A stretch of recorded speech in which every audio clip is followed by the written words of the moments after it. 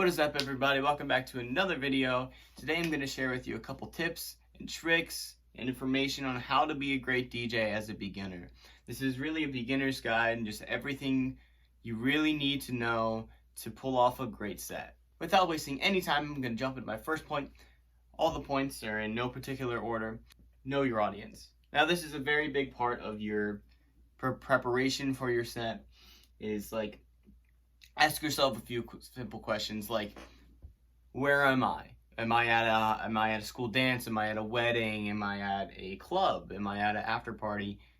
Where am I at? What is the culture here? Do the people like country music? Am I going to play more pop and more electronic music? Am I going to play some more like rock and metal kind of stuff? And who are the people that I'm playing music for? Am I playing for an older audience? Am I playing for a younger college audience? Am I playing for people who like 90s and 80s music? Probably the most important thing is, am I allowed to play explicit content? Explicit content is one of those things that people are very sensitive about. So you always check with who's running your event. Most of the time, I have not run into where I can play explicit content at school dances. But yeah, most of the time they do not allow it, so that's an automatic turn off.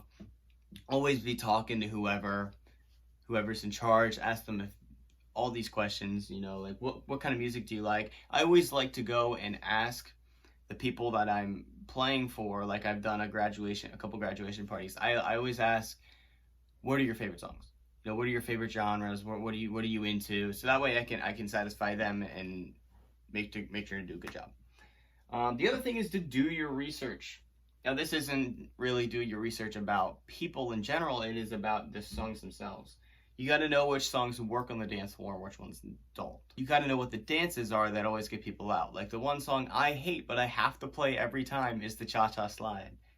Or the Cupid Shuffle, both of them. They both are horrible songs, but everybody reacts to them. And when you are playing a song and nobody's on the floor and you see people start walk off, if you pull out one of those dance songs, mom can't help but dance with her 3-year-old son to the Cupid Shuffle. Let's be real. Also, a big thing to do is keep up on the top charts.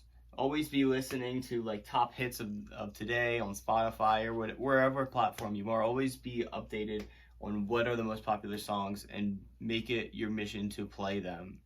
Not all of them, because some of them, let's be real, most of them kind of suck.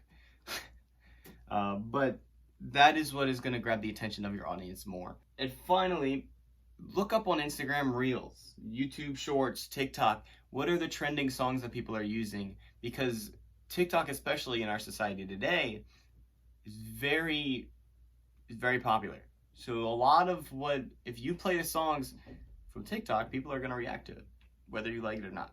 Next point I want to talk about is engage with your audience. When you're up on the stage as a DJ, you can't be afraid to pick up the microphone. Interact with your audience.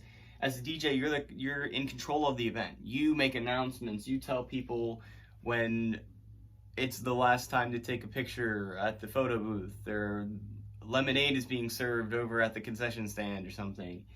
You also control the pace of the party as the DJ. And like some things I use, and you've seen in some of the gig vlogs I do, is I was like, I'm gonna need help singing this one, on the mic, saying that. Like, how we feeling out there tonight? Usually people will make a lot of noise and then say, make some noise if you're having a good time tonight. That kind of thing is really good. And then I do right before some drops, I go 3, 2, 1, let's go, or whatever your heart desires. Just don't be afraid to get on the mic, but don't also like be on the mic all the time, because that's just annoying. People don't listen to music. But yeah, don't be afraid to get on the mic, really direct the party where it needs to go. The last point I want to talk about is song choice. Song choice is really everything. Take requests. Nobody can complain at a party if you played the song that they wanted. If you get requests to play a song, if at all possible, play that song, because people are going to react to it. They're going to be happy because you played the song that they want to hear. Also, another tip is to use sheets, like use a piece of notebook paper or whatever else you have. You use a piece of paper for requests. Take a piece of notebook paper or whatever you have access to and put it out in front of you so you don't have to be distracted by people yelling at you at the wrong time. Feel your audience.